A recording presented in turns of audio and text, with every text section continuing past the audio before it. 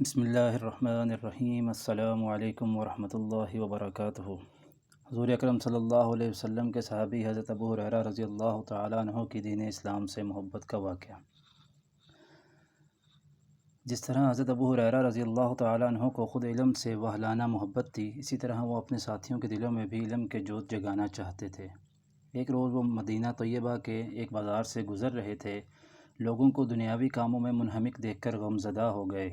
لوگوں کو اپنی طرف متوجہ کرتے ہوئے بآواز بلند کہا، اے باشندگان مدینہ، تم محروم اور بے کس رہ گئے۔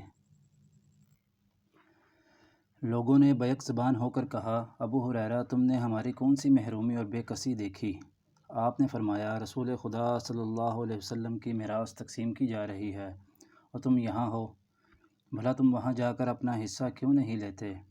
لوگوں نے پوچھا، میراث کہاں تقسیم ہو رہی ہے؟ آپ نے فرمایا، مسجد میں۔ وہ جلدی سے مسجد گئے۔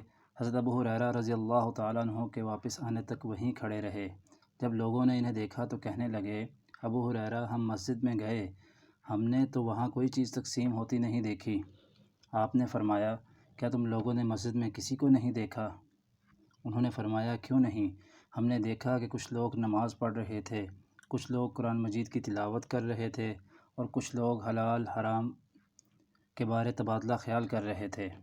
حضرت ابو ہریرہ رضی اللہ تعالیٰ عنہ نے فرمایا، بڑے افسوس کی بات ہے، یہی تو حضرت محمد صلی اللہ علیہ وسلم کی میراث ہے۔ جزاکم اللہ خیرا۔